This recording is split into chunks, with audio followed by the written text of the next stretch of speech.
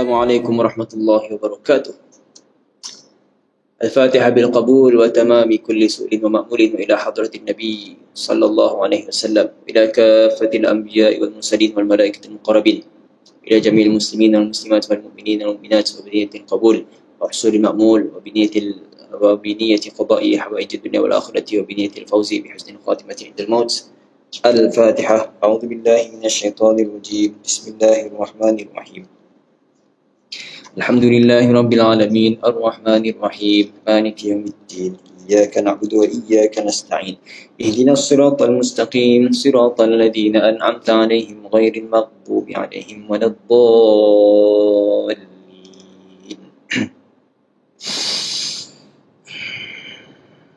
بسم الله الرحمن الرحيم. بسم الله نعبده ونستعينه ونستغفره ونؤمن به ونتوكل عليه ونعوذ بالله من شرور أنفسنا ومن سيئات أعمالنا، من يهدي الله فلا مضل له ومن يضلل فلا هادي له. أشهد أن لا إله إلا الله وحده لا شريك له، وأشهد أن سيدنا محمدا عبده ورسوله. سبحانك لا علم لنا إلا ما علمتنا إنك أنت العليم الحكيم. رب اشرح لي صدري ويسر لي أمري واحلل عقدة من لساني يفقهوا قولي، ولا حول ولا قوة إلا بالله العلي العظيم. أما بعد. Alhamdulillah. Pujian bagi Allah Subhanahu Wa Taala. Allah Subhanahu Wa Taala telah menetapkan kita, telah mengatur, mengurus takdir kita, apa yang berlaku pada kita, baik dan buruk kita, semuanya Allah Subhanahu Wa Taala yang tetapkan, Allah Subhanahu Wa Taala yang izinkan. Maka kita Allah telah izinkan berada pada akhir Ramadan. Kita berada pada hari yang ke-26 daripada Ramadan, dan malam ini insya-Allah malam yang ke-27 Ramadan, di antara malam-malam yang ganjil. Maka berusahalah kita pada akhir Ramadan ini dengan sungguh-sungguh. Moga-moga Allah SWT terima segala amalan kita, dikira pada malam dikira dapat ganjaran Lailatul Qadar insya-Allah. Sambungan bacaan hadis kita, ulang kaji hadis kita pada hadis yang ke-25. Insya-Allah kita pada akhir-akhir tu kita akan cuba fokus untuk bacaan hadis dan sedikit ringkasan kita cuba ringkaskan huraian hadis yang perlu dihurai. Kita nak fokus pada bacaan hadis, ulangan hadis. Bismillahirrahmanirrahim. Al-hadithul khamis wal 'ishrun. Kita sambung pada hadis yang ke-25. Hadis yang lepas panjang lebar, hadis berkenaan dengan hadis kursi, menerangkan yang menghuraikan kepada kita, yang membawa kepada kita bahawa Allah SWT pemilik segala sesuatu. Allah yang memiliki, Allah yang suruh kita minta makanan, Allah yang beri kita makan, Allah SWT perintahkan kita supaya minta makanan kepada Allah. Allah memiliki pakaian, Allah yang memiliki segala harta benda, pakaian. Allah perintah kita supaya kita minta pakaian kepada Allah SWT. Allah pengampun, Allah SWT maklum ajar kita bahawa yang memberi manfaat itu hanya Allah SWT. Tidak ada yang mampu memberi manfaat kepada Allah sedikit pun. Yang memberi mudarat adalah Allah SWT. Tidak ada yang mampu memberi mudarat kepada Allah SWT sedikit pun. Sekiranya seluruh manusia, jin dan manusia, seluruh makhluk taat pada perintah Allah SWT, sedikit kemuliaan Allah SWT tidak bertambah. Sekiranya seluruh makhluk, jin dan manusia ingkar pada perintah Allah SWT, sedikit pun tidak mengurangi kemuliaan Allah SWT. Sekiranya seluruh manusia, seluruh makhluk jin dan manusia berhimpun minta hajat mereka kepada Allah SWT, dan Allah tunaikan satu persatu, sedikit pun tidak mengurangi khazanah Allah SWT. Jadi hadis kursi menerangkan kepada kita betapa Allah SWT itu ghaniyun hamid. Allah SWT maha kaya dan maha terpuji. Allah maha kaya, tidak perlu kepada sesuatu yang boleh mengkayakan Allah. Allah maha kaya, Allah tidak perlu kepada sesuatu. Allah tidak berhajat kepada sesuatu. Allah tidak mengambil kesan daripada sesuatu. Allah maha terpuji, Allah tidak perlukan puji-pujian daripada makhluk. Allah tidak perlukan sesuatu untuk jadi mulia. Allah itu mulia dengan dirinya sendirinya. Kemudian di akhir hadis yang lepas, Allah SWT berfirman, kalau kita dapati balasan baik terhadap amalan-amalan yang kita kerjakan, maka pujilah Allah, falyahmadillah. Kalau tidak dapat seperti yang disebutkan, tidak dapat kebaikan, maka jangan mencela melainkan diri kita sendiri. Jangan fala yalumanna illa nafsahu, jangan cela orang lain kecuali dicela diri sendiri. Kesan kebaikan dan keburukan atas usaha sendiri. Kesannya datang sebab apa yang kita kerjakan. Zahara al-fasadu fil barri wal bahri ma kasabat aydin nas. Baik, hadis yang ke-25, al-hadithul khamis wal 20. An Abi Dzar radhiyallahu anhu aidan anna an-nasan min ashabi Rasulillah sallallahu alaihi wa alihi wasallam qalu lin-nabi sallallahu ta'ala alaihi wa alihi wasallam, ya Rasulullah, dhahaba ahlu ad-duthuri bil ujudi yusalluna kama nusalli wa yasumuna kama nasumu wa yatasaddaquna bi fuduli amwalihim. Qala awalaysa qad ja'ala Allahu lakum ma tasaddaquna inna bikulli tasbihatin sadaqatan wa kulli takbiratin sadaqatan wa kulli tahmidatin sadaqatan wa kulli tahlilatin sadaqatan wa amrin bil ma'rufi sadaqatan wa nahyin 'an munkarin sadaqatan wa fi bud'i ahadikum sadaqatan. Qalu ya Rasulullah ayati ahaduna syahwatahu wa yakunu lahu fiha ajrun. Qala ara'aytum law wada'aha fi haramin akana 'alayhi wizrun fakadzalika idza wada'aha fil halali kana lahu ajrun. Wa Muslim. Maksud hadis yang ke-25 daripada Abu Dzar juga radhiyallahu ta'ala anhu, bahawa satu kumpulan manusia di kalangan para sahabat Nabi sallallahu alaihi wasallam, mereka mengadu pada Nabi, mereka berkata pada Nabi sallallahu alaihi wasallam, wahai Rasulullah, dhahaba ahlu duthur, telah pergilah orang kaya.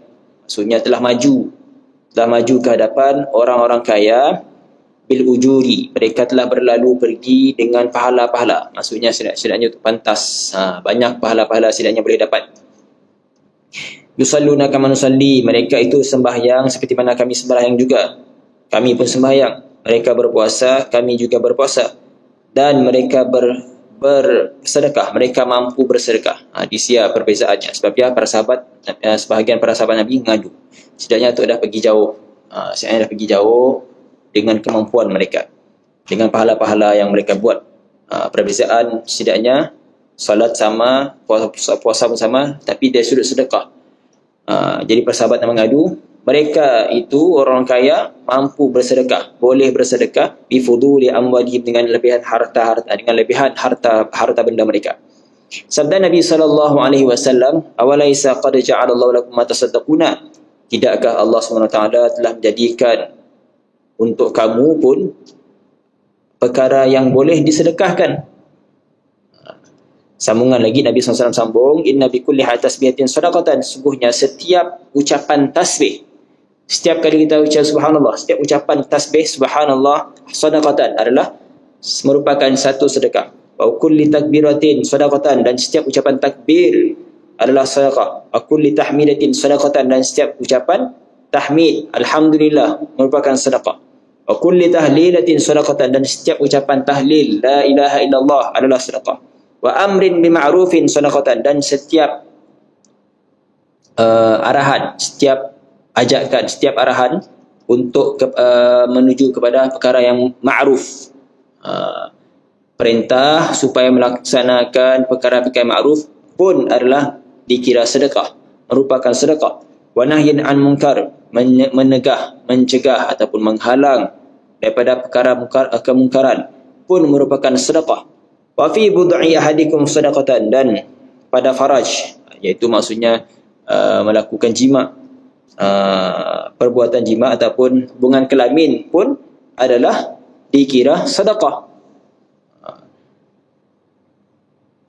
Para sahabat radhiyallahu anhum ajma'in, mereka bertanya pada Rasulullah, wahai Rasulullah, ayati ahaduna syahwatahu wa yakunu lahu fiha ajrun, adakah seseorang di kalangan kami yang mendatangi syahwatnya, maksudnya menuruti syahwatnya, wa yakunu lahu fiha ajrun, lalu adakah padanya dalam urusan tersebut mendatangi syahwat, adakah baginya pahala juga? Jawab Nabi SAW, "Ara'aitum, apa fikir kamu? Apa pandangan kamu? La wada'aha fi haram." Kalau dia meletakkannya, syahwatnya diletakkan pada benda yang haram. Akan alaihi wizrun, adakah akan ada baginya dosa? Jadi soalan Nabi, pertanyaan yang tidak perlu jawapan. Memang dari sudut logik akal, memang berdosalah kalau syahwat dia diletak pada benda yang haram. Fakadzalika, maka jawab Nabi SAW, sambungan sabda Nabi SAW, maka begitulah, idza wada'aha, kalau diletakkan syahwat, diletakkan pada berdosa pada benda yang haram, maka berdosa. Begitulah kalau syahwat diletakkan pada pada tempat yang betul, pada jalan yang halal, kana lahu ajrun, dia akan mendapat pahala. Jadi dia disiar nilai sedekahnya. Setiap perkara, setiap perbuatan. Hadis riwayatkan Imam Muslim. Jadi kesimpulannya, setiap kebaikan yang kita buat akan dikira sedekah. Ucapan tasbih, ucapan takbir, ucapan tahlil, dan mengajak kepada kebaikan, mencegah menghalang daripada kemungkaran, semua perkara-perkara kebaikan yang membawa kepada kebaikan dan ringkasnya, semua ketaatan, taqarrub kita pada Allah SWT merupakan sedekah ataupun merupakan ganjaran pahala di siap. Bukan semestinya sedekah dalam bentuk harta benda, sumbangan harta benda. Ya, sumbangan harta benda pun ia adalah sedekah. Tapi skop keluasan sedekah tu sangat besar. Termasuklah amal ibadah yang disebut dalam hadis tadi. Jadi Nabi SAW beri semangat, beri motivasi pada kita supaya golongan orang-orang yang lemah, dari sudut keuangan, mampu nak beri bantuan, tapi masih boleh melakukan amalan-amalan ketaatan yang lain yang tidak akan membiarkan mereka ketinggalan dalam ibadat ataupun sedekah, amalan bersedekah. Baik, seterusnya. Hadis yang ke-26.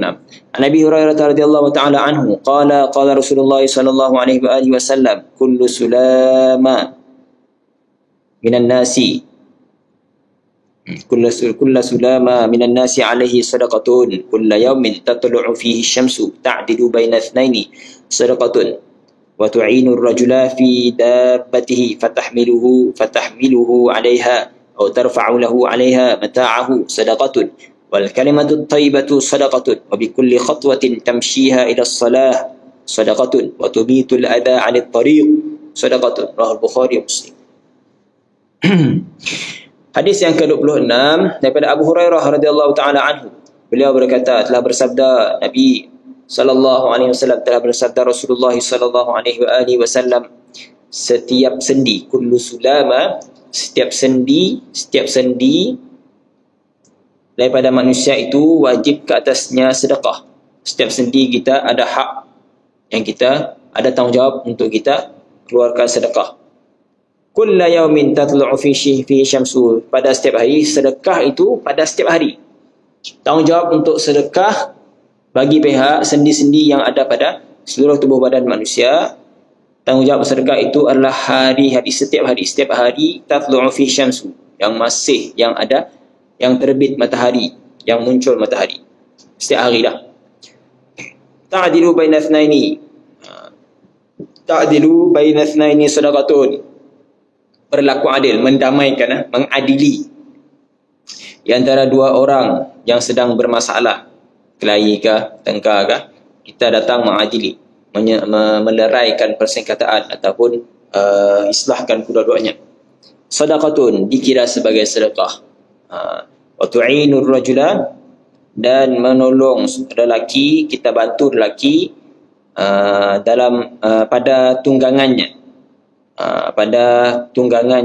Fatahmilu 'alaiha, kita angkat naik ke atas tunggangannya, ataupun tarfa'u lahu 'alaiha mata'ahu, kita bantunya nyada naik, kita bantu lagi untuk angkat barang-barang keperluannya letak di atas kenderaannya, pun merupakan sedekah.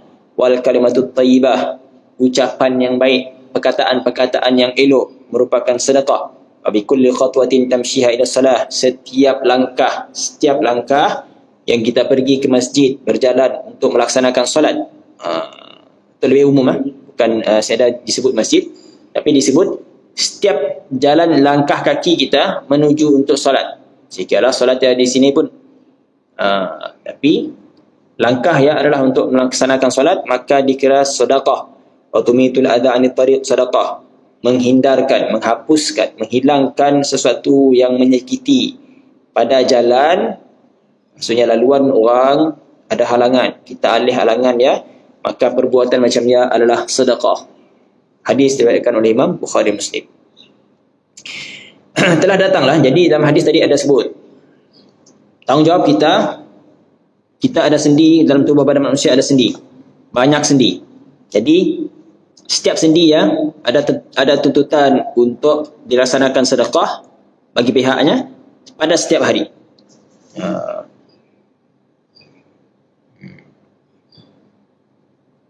Okey. As-sulama a'dha'un nas, a'dha'un insan wa dzakara anha thalathan. Disebutkan as-sulama adalah anggota tubuh badan manusia. Disebutkan bahawa sendi-sendi anggota as-sulama, sendi-sendi anggota tubuh badan manusia, dan disebutkan bahawa sendi tadi ada 360 sendi dalam tubuh badan manusia, dan ke atas setiap sendi itu minha ala kulli 'adwin minha sadaqatun kullu yaumin wa kullu 'amalin birrun. Setiap sendi perlu kita keluarkan sedekah, dan setiap amalan birrin, amalan kebaikan daripada tasbih, tahlil ataupun takbir ataupun langkah kaki untuk melaksanakan solat merupakan sedekah. Siapa yang menunaikan tanggungjawab sedekah tadi, faman adda hadhihi sadaqata fi awal yawmihi faqad adda zakata badanihi fayahfudhuhu aqiyatuhu. Maka sesiapa, jadi oleh kerana kita ada tanggungjawab untuk bersedekah, ada tanggungjawab, ada tuntutan untuk sedekah, sedekah badan, zakat badan, zakat badan disebut zakat badan. Siapa yang menunaikan, siapa yang menyempurnakan sedekah tuntutan ini pada awal harinya, pada siang, pada permulaan hari, faqad adda zakat badani, siapa yang menunaikan semua tuntutan tadi, tasbih, sebabnya pagi-pagi kita dituntut untuk duduk berzikir, baca Quran, tasbih. Siapa yang menunaikan semua tuntutan tadi, maka dia sungguhnya telah menunaikan zakat badannya. Lalu dia pada permulaan hari tadi dah tunaikan semua tuntutan zakat yang ada pada setiap sendinya, fayuhfadhu baqiyatuhu, maka dia akan dipelihara. Jadi siapa yang dah tunaikan pada awal hari, awal siangnya tuntutan zakat badannya, iaitu melalui amal-amal kebaikan tadi, sedekahnya, tasbih, takbir, tahmid, dan jalan kaki, langkah kaki untuk melaksanakan solat. Siapa yang dah menunaikan semua tuntutan tadi pada awal harinya, iaitu siang, maka dia akan dipelihara. Dia akan dipelihara, Allah Taala akan jaganya, Allah akan beri keselamatan untuknya pada sepanjang hari. Wajah fil hadis anna raka'atain min ad-duha taqum maqam dhalika. Telah datanglah dalam hadis, ada Nabi SAW bersabda bahawa 2 rakaat solat duha, riwayat Imam Ahmad dan Abu Daud, 2 rakaat solat duha mengganti tempat sedekah-sedekah tadi. Maksudnya memadai solat sekurang-kurangnya 2 rakaat solat duha akan menampung tuntutan sedekah yang ada pada setiap sendi. Sendi dalam tubuh badan manusia dikatakan ada 360 sendi dalam tubuh badan manusia. Jadi 2 rakaat solat duha akan menggantikan, akan memadai, akan mencukupkan keperluan untuk sendi-sendi tadi bersedekah. Sebab ya, kita jangan tinggalkan solat duha. Si mampu buat banyak sampai 8 rakaat, jangan tinggal walaupun 2 rakaat, yang paling sikit. Wa fil hadithi yaqulu Allah Ta'ala ya ibna Adam salli li arba'a raka'atin fi awwal yaumil fi awwal al-yawm akfika fi awwal al-yawm wa akfika akhirahu. Hadis dari Imam Abu Ahmad dan Abu Ya'la. Datang lagi dalam hadis ini disebutkan dengan jelas Allah SWT berfirman, wahai anak Adam, solatlah kamu kepadaku 4 rakaat pada awal siang, awal harimu, maka aku akan mencukupkan kamu pada awal hari tersebut dan aku akan mencukupkan kamu sehingga akhir hari tersebut. Jadi kita jangan tinggalkan. Si mampu buat 8 solat duha, rakaatnya sampai 8. Si mampu buat 8, buat 4. Si mampu buat 4, jangan tinggal walaupun 2 rakaat solat duha. Boleh ya? Al-hadits as-sabi wal 20, hadis yang ke-27.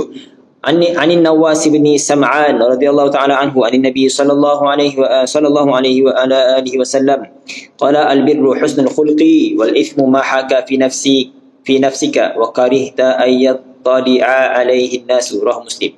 Wa an Wabisata ibni Ma'bad radhiyallahu ta'ala anhu qala ataitu Rasulullah sallallahu alaihi wa alihi wasallam faqala ji'ta tas'alu 'anil birri qultu na'am qala istafti qalbak albirru ma tuma'annat ilaihi nafsu wa tuma'anna ilaihi alqalbu wal ithmu ma haka fi nafsi wa taraddada fi sadri wa in aftaka an-nasu aftuka. Hadithun hasanun rawainahu fi musnadil imamaini Ahmad bin Hanbal wa Darimi isnadin hasanin. Hadis yang ke-27 daripada Nawas bin Sam'an radhiyallahu ta'ala anhu daripada Nabi sallallahu alaihi wasallam. Nabi sallallahu alaihi wasallam bersabda, al-birru husnul khi. Kebaktian itu adalah eloknya budi pekerti, yang dikira sebagai berbakti ataupun kebaikan. Berbaktilah, al-birru maksudnya berbakti. Kebaktian yang dikira sebagai kebaktian, yang disebut sebagai kebaktian itu definisinya adalah husnul khulqi, elok budi pekerti. Wal ithmu, dan dosa pula, ma haka fi nafsika. Dosa pula al-ithm, dosa pula adalah seperkara yang meragukan dalam diri kamu, perkara yang meragukan. Setiap satu yang kita buat, ucap, dengar, apa-apa yang kita fikir meragukan diri kita, maka ya tanda-tanda perkara tersebut dosa.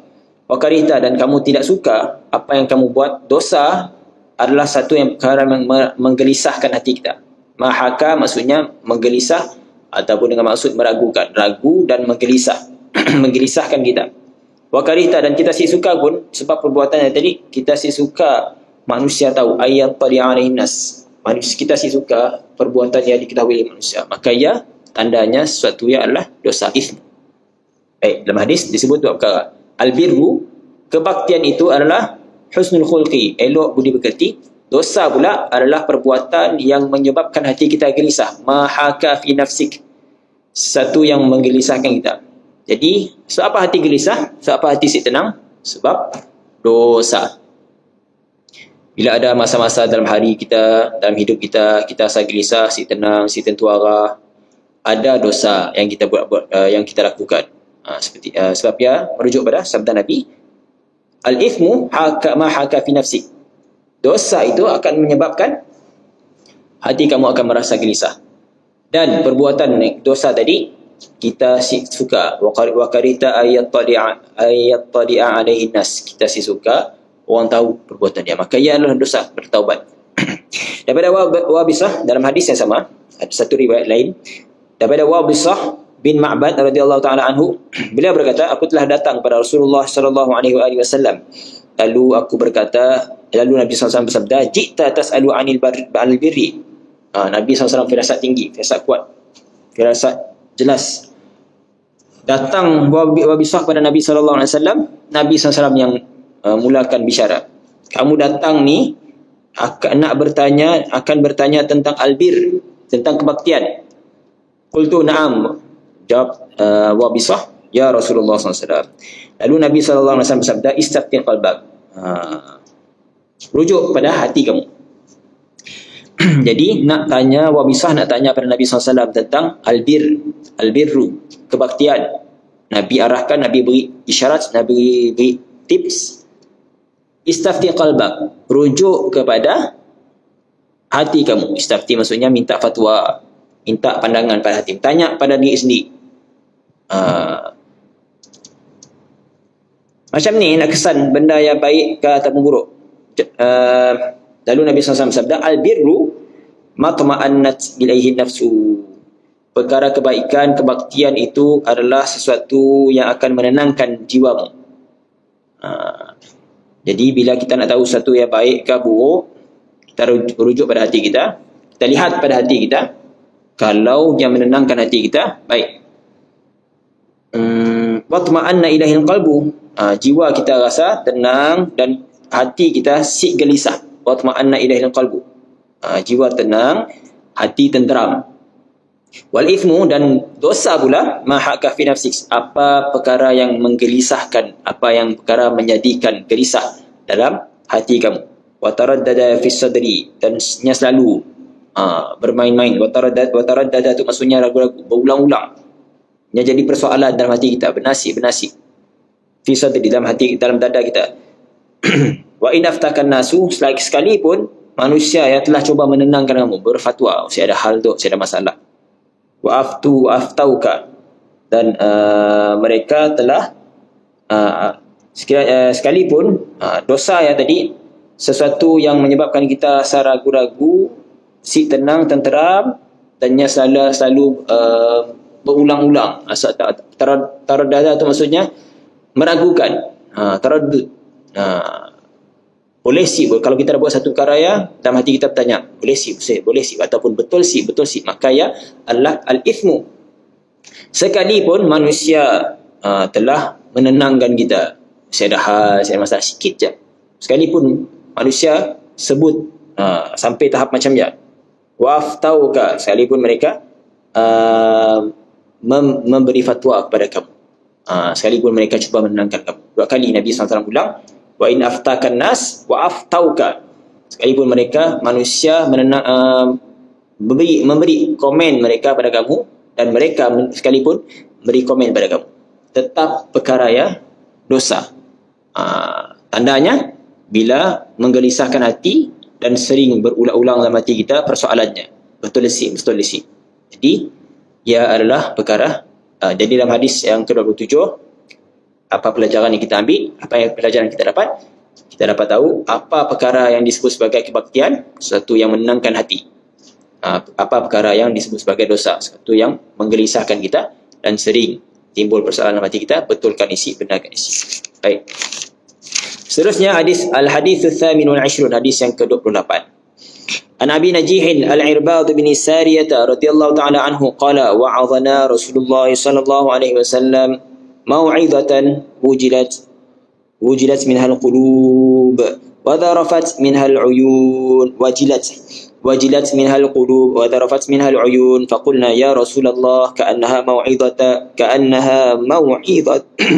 mau'izatu muwaddi'in fa'awsina qala usikum bitaqwallahi azza wa jalla was-sam'i wat-ta'ati wa in ta'ammara 'alaykum 'abdun fa innahu man ya'ish minkum fasayara ikhtilafan katsira فعليكم بسنتي وسنة الخلفاء الراشدين المهديين عضوا عليها بالنواجذ وإياكم ومحدثات الأمور فإن كل بدعة ضلالة رواه أبو داود والترمذي وقال حديث حسن صحيح. Hadis yang ke-28 daripada Abi Najih al-Irbad. Abi Najih laqab namanya Al-Irbad bin Sariyah. Abi Najih kunyah, ada laqab dalam bahasa Arab, ada laqab, ada kunyah. Ada nama pendek laqab, ada kunyah, gelaran. Namanya yang dimulakan dengan Abu, Ummi, yang dipanggil kunyah. Laqab tu gelaran. Kunyah gelaran, laqab tu nama pendek. Lebih kurang. Nama sebenarnya Al-Irbad ibn Sariyah. Irbad bin Sariyah. Jadi ada nota sikit. Irbad bin Sariyah adalah orang yang keempat masuk Islam dari kalangan ahli Sufah. Beliau adalah orang yang keempat masuk Islam. Kemudian beliau adalah di kalangan ahli sufah, orang yang tinggal di sufah, sedia rumah pun. Muhajir, orang yang di antara orang yang awal masuk Islam. Irbad bin Sariyah tu adalah orang yang awal masuk Islam. Kemudian beliau di kalangan ahli sufah. Ahli sufah maksudnya orang yang tinggal di masjid Nabi SAW sahaja. Dan di antara kebiasaan beliau adalah orang yang sentiasa menangis. Orang yang sentiasa menangis. Nangis rindu kepada Allah, taubat pada Allah SWT. Beliau berkata, wa'adhana, telah memberi nasihat, peringatan pada kami oleh Rasulullah SAW. Satu nasihat, mau'idatan, peringatan. Wajalat minhal qulub, yang telah menggetarkan hati-hati sebab peringatan itu. Wadharafat minhal uyun, telah mengalirkan air mata. Sebab ya tadi Irbad bin Sariyah tu orang yang sering menangis. Bila dengar nasihat, hatinya akan mudah untuk menangis. Sebab ya dalam periwayatan beliau pun beliau meriwayatkan nasihat daripada Nabi SAW, nasihat yang menggetarkan hati, menyebabkan hati gemetar, takut dan mengalirkan air mata. Faqulna ya Rasulullah, lalu kata kami pada Rasulullah SAW, ka'annaha mau'izatu muwaddi'in. Ka'annaha mau'izatu muwaddi'in. Seolah-olah nasihat ini nasihat daripada orang yang akan pergi meninggalkan kami. Muwaddi'. Fausina. Jadi Nabi SAW dah beri nasihat, kemudian para sahabat minta wasiat. Fausina, minta tausiah, minta diberikan tausiah dan ataupun wasiat. Fausina, berikanlah kami wasiat. Qala, sabda Nabi SAW, usikum bitaqwallah, aku wasiatkan kepada kamu supaya bertakwa pada Allah Azza wa Jalla, was-sam'i wa ta'ati, dan aku wasiatkan kepada kamu supaya sentiasa sam'i wa ta'ah, dengar dan patuh. Wa in ta'ammara alaikum abdun, sekalipun kamu diperintah oleh seorang hamba statusnya. Fa innahu, kerana sungguhnya man ya'ish minkum fasayara ikhtilafan katsira, sesiapa yang hidup di kalangan kamu kelak, maksudnya yang hidup panjang, hidup lama, fasayara ikhtilafan katsira, maka nanti dia akan melihat perselisihan yang sangat banyak. Fa alaikum bisunnati wa sunnatil khulafa'ir rasyidin al-mahdiyyin, maka sekiranya berlaku zaman perselisihan yang sangat banyak, alaikum bisunnati, hendaklah kamu, wajiblah ke atas kamu untuk berpegang dengan sunnahku, lazimilah kamu sunnahku dan sunnah khulafa ar-rasyidin al-mahdiyyin. Addu 'alaiha bin nawajif, gigitlah sunnah-sunnah tadi dengan gigi geraham, maksudnya berpegang teguh sungguh-sungguhlah dengan sunnah Nabi dan sunnah khulafa ar-rasyidin. Wa iyyakum wa muhdatsatil umur, dan hendaklah kamu menjauhi perkara-perkara yang baharu. Muhdatsatil umur, fa inna kulla bid'atin dalalatun, karena sungguhnya setiap bid'ah adalah yang sesat. Setiap bid'ah adalah sesat, bid'ah yang tidak menepati kehendak syarak. Perkara baharu yang tidak menepati kehendak syarak adalah bid'ah dalalah. Hadis telah diriwayatkan oleh Imam Abu Daud, Imam Tirmizi, dan Imam Tirmizi mengatakan hadis ini adalah hadis hasan dan sahih. Baik, huraian pun ringkas berkenaan dengan Khulafa ar-Rasyidin sahaja. Jadi perbahasan bid'ah dah jelas. Bid'ah terbagi pada bid'ah hasanah dan sayyi'ah. Bid'ah maksudnya perkara baru. Bid'ah bukan hukum. Bid'ah adalah perkara baru. Jadi nak menghukumkannya kena lihat bid'ah hasanah ataupun bid'ah sayyi'ah. Bid'ah hasanah yang tertakluk kepada wajib, sunat dan harus ataupun makruh. Bid'ah sayyi'ah jelaslah haram.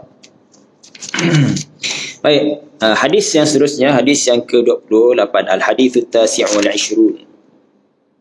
Hadis yang ke-29, hadis yang ke-29. Baik.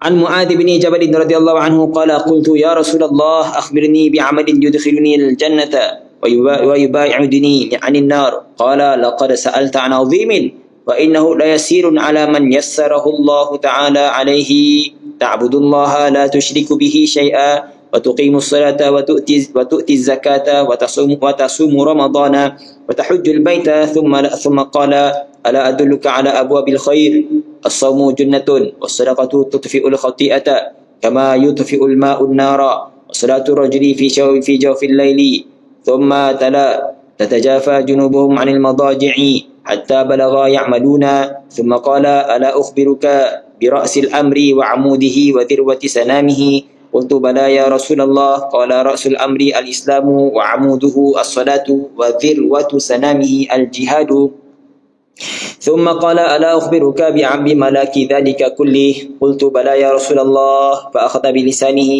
وقال كف عليك هذا قلت يا نبي الله وإنا لمؤاخذون بما نتكلم به وقال ثقلتك أمك وهل يكب الناس في النار على وجوههم أو قال على مناخرهم إلا حصائد ألسنتهم رواه الترمذي وقال حديث حسن صحيح.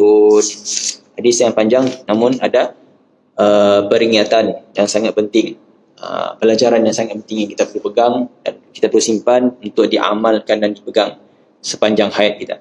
Hadis yang ke-29, hadis diriwayatkan oleh Muaz bin Jabal, Hadrat Muaz bin Jabal.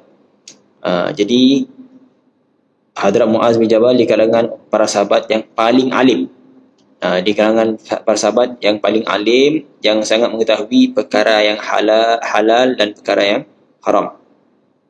Daripada Muaz bin Jabal radhiyallahu anhu, beliau berkata, aku telah berkata wahai Rasul kepada Rasulullah sallallahu alaihi wasallam, akhbirni bi amali, wahai Rasulullah, ajarkan kepadaku, beritahu kepadaku dengan satu amalan yang dengan amalan tersebut akan memasukkan aku ke dalam syurga dan menjauhkan aku daripada neraka. Sabda Rasulullah sallallahu alaihi wasallam, jawab Nabi sallallahu alaihi wasallam, laqad sa'alta an 'azimin, kamu telah bertanya dengan satu perkara yang sangat besar, sangat mustahab. Kan satu amalan yang boleh masuk syurga, yang menjauhkan neraka. Jadi satu perkara yang sangat azim, sangat besar. Perkara yang sangat besar. Wa innahu la yasir, dan semuanya perkara itu akan jadi mudah kepada orang yang Allah mudahkan untuknya untuk mematuhi, mengamalkannya.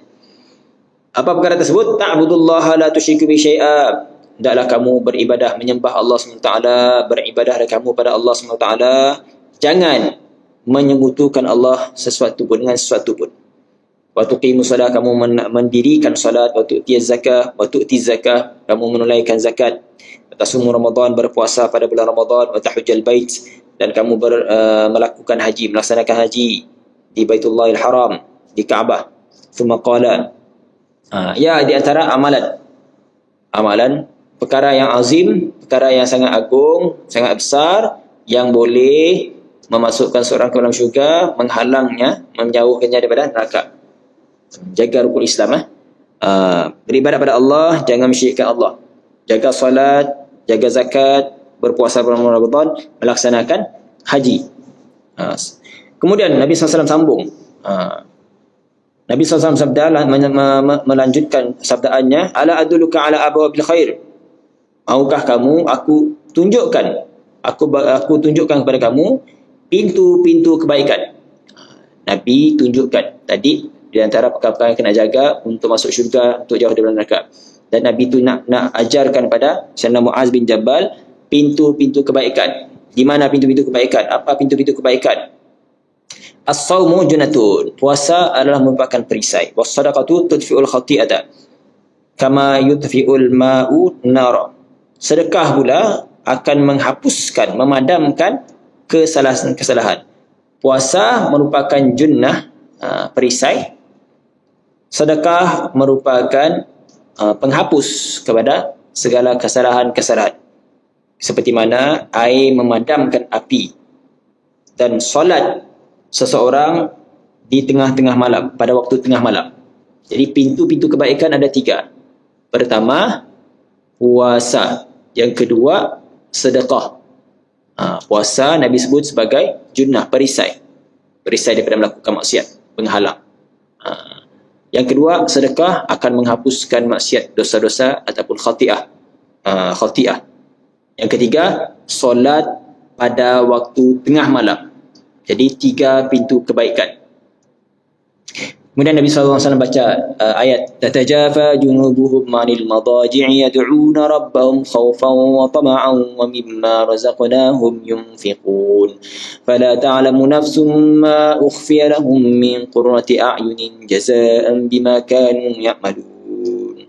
Selesai. Kemudian Nabi SAW bagi satu sambung nasihat Nabi SAW. Kemudian Nabi SAW bersabda, ala ukhbiruka bi ra'sil amri wa amudihi wa dhirwati sanamihi. Kemudian Nabi SAW bersabda, hendakkah kamu aku khabarkan, aku beritahu tentang ra'sil amri, kepala sesuatu urusan, maksudnya perkara yang utama dalam satu urusan. Amuduhu, tiangnya, dan keunggulannya. Wadirwati sanamihi, keunggulannya satu perkara yang utama, kemudian apa tiangnya, dan apa dirwati sanamihi, kemuncaknya. Jawab Nabi, qultu, jawab Sayyidina Muaz, bala wa ya Rasulullah, bahkan sampaikan padaku, khabarkan padaku wahai Rasulullah. Lalu Nabi SAW bersabda, ra'sul amri, kepala kepada setiap urusan itu adalah Islam. Islam adalah dasar ataupun kepala kepada setiap urusan melalui Islam. Yang kedua, amudu, tiang pada Islam adalah salat. Yang ketiga, dirwatu sanamihi, kemuncak, ketinggian, keunggulan satu urusan itu adalah al-jihadu, perjuangannya. Jadi Islam adalah perkara yang utama. Yang kedua, solat. Solat dia adalah merupakan tiang pada Islam, perkara yang utama tadi. Dan ketinggian, keunggulan Islam dan solat tadi adalah jihad, memperjuangkan kedua-duanya. Kemudian, thumma qala ala ukhbiruka bi malaki dzalika kulli. Dan banyak dah Nabi SAW sebut tadi daripada amalan-amalan yang rukun Islam, pintu-pintu kebaikan, dan daripada pintu kebaikannya apa kunci, apa perkara kesimpulan daripada perkara yang sebelumnya. Kemudian akhirnya Nabi SAW nak bagi tahu kepada Sayyidina Muaz, hendakkah kamu aku bagi tahu tentang perkara yang paling asas untuk semua perkara-perkara yang dah disebutkan tadi. Qultu bala ya Rasulullah, aku menjawab, bahkan wahai Rasulullah, ajarkan, khabarkan padaku.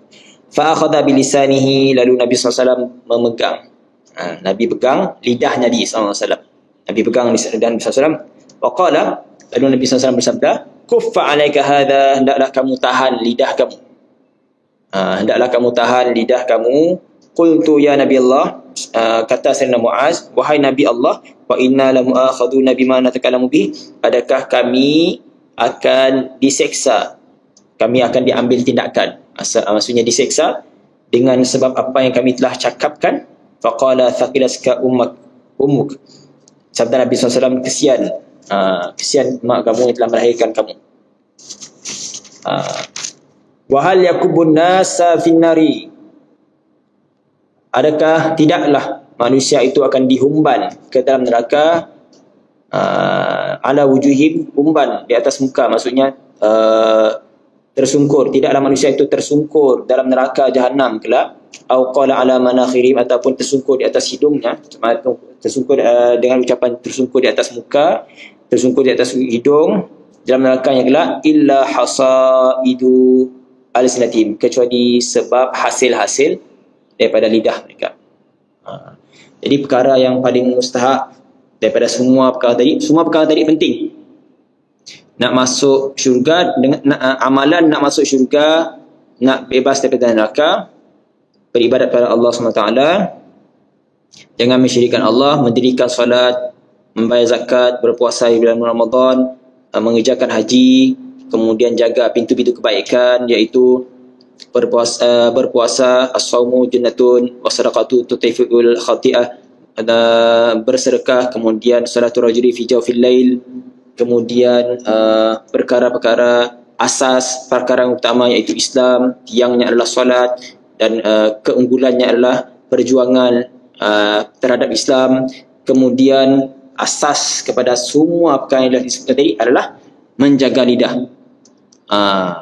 Kalau kita buat baik semua perkara tadi pun, semua perkara tadi kita buat, tapi lidah si jaga, lidah menyakiti orang lain, kita si tahan lidah kita daripada menyakiti orang, fitnah orang, bohong, suka caci maki, suka mengeluarkan perkataan-perkataan yang tidak elok, maka Nabi SAW bersabda, tidakkah kamu mengetahui manusia itu ramai yang dihumban ke neraka, tersungkur mukanya ataupun hidungnya ke neraka, kecuali hanyalah disebabkan oleh hasil-hasil hasaidu alsinatihim, hasil lidah mereka.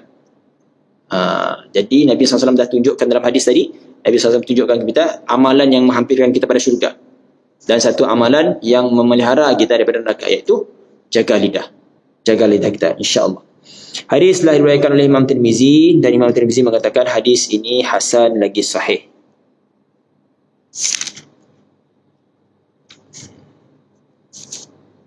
Baik, satu lagi hadis. Al-haditsu thalathun, hadis yang ke-30. Hadis yang ke-30. An-Nabi Tha'labah, hadis yang pendek ya. Kemudian kita tangguh dulu. Kita akan sambung pada waktu yang lain. An-Nabi Tha'labah, daripada Abi Tha'labah Al-Khushaini Jurthum ibni Nashir radhiyallahu ta'ala anhu, an Rasulillah sallallahu alaihi wa alihi wasallam qala, inna Allah ta'ala farada fara'ida fala tudayyi'uha wa hadda hududan fala ta'taduha wa harrama asya'a fala tantahikuha wa sakata an asya'a rahmatan lakum ghayra nisyanin fala tabahthu anha, hadithun hasanun wa Tirmidzi rahul Daruqutni wa ghairuhu. Hadis yang ke-30 daripada Abu Tha'labah Al-Khushani, namanya Jurthum bin Nashir radhiyallahu taala anhu, daripada Rasulullah sallallahu alaihi wasallam. Dia menaikkan daripada Rasulullah sallallahu alaihi wasallam, Nabi sallallahu alaihi wasallam bersabda, sesungguhnya Allah Taala telah menetapkan, innallaha taala farada fariida, Allah Taala telah tetapkan apa perkara yang fardu, dan fala tudayyi'uha, maka janganlah kamu mensia-siakan. Allah Taala telah tetapkan perkara-perkara yang fardu wajib ke atas kita. Fala tudayyi'uha, janganlah kamu sia-siakannya, jangan abaikannya.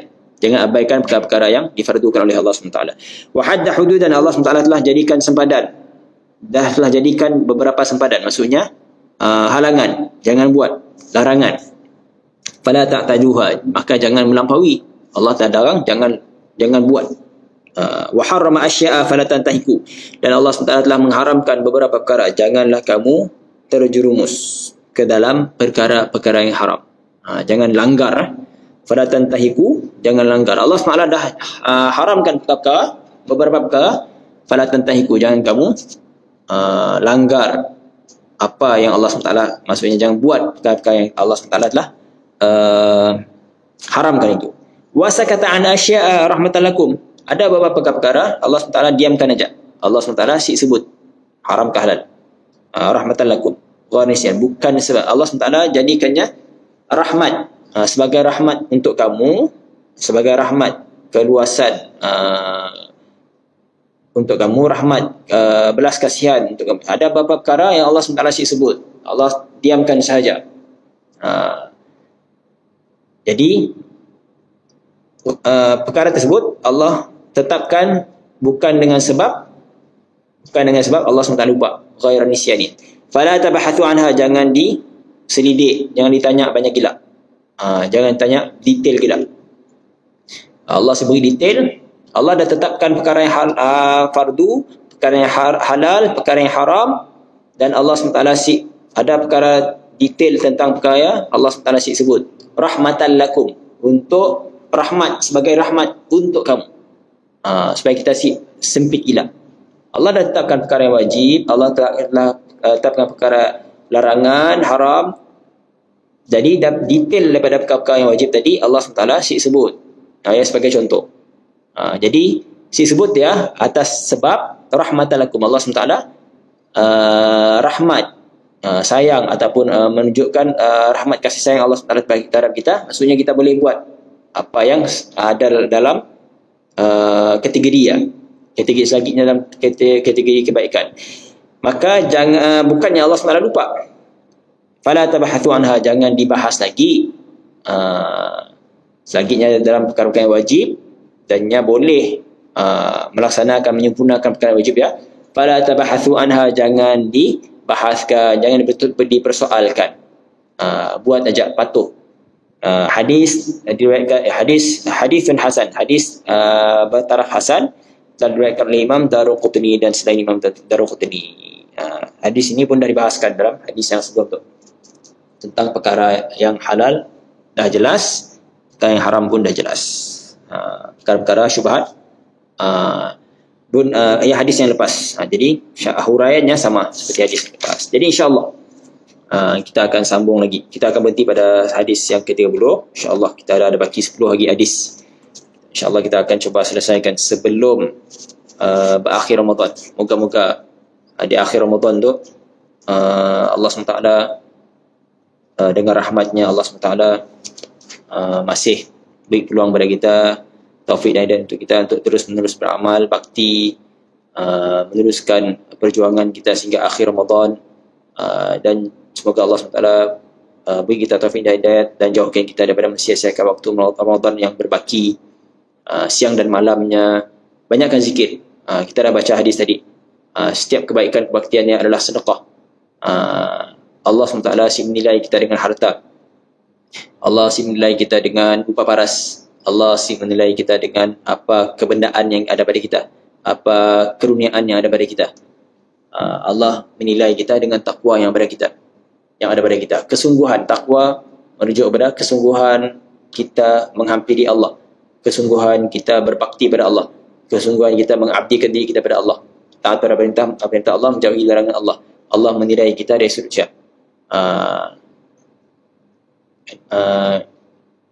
Inna akramakum indallahi asqakum. Yang paling mulia dengan kamu adalah orang yang paling takwa hatinya kepada Allah SWT. Jadi sama-sama jangan kita berasa putus asa untuk beramal, untuk taat pada perintah Allah, sehinggalah kita Allah SWT kurniakan. Jadi bersungguh-sungguh dalam beramal. Jangan putus asa dalam beramal, berbakti pada Allah SWT dalam ketaatan, sehinggalah Allah SWT kurniakan kita husnul khatimah. Kita bercita-cita nak mati dapat husnul khatimah, tiada cara lain kecuali dengan hidup di atas jalan ketaatan kepada Allah, barulah matinya kelak insya-Allah husnul khatimah. Aqulu qawli hadza wa astaghfirullahal azim wa billahi taufiq wal hidayah. Wassalamualaikum warahmatullahi wabarakatuh. Assalamualaikum.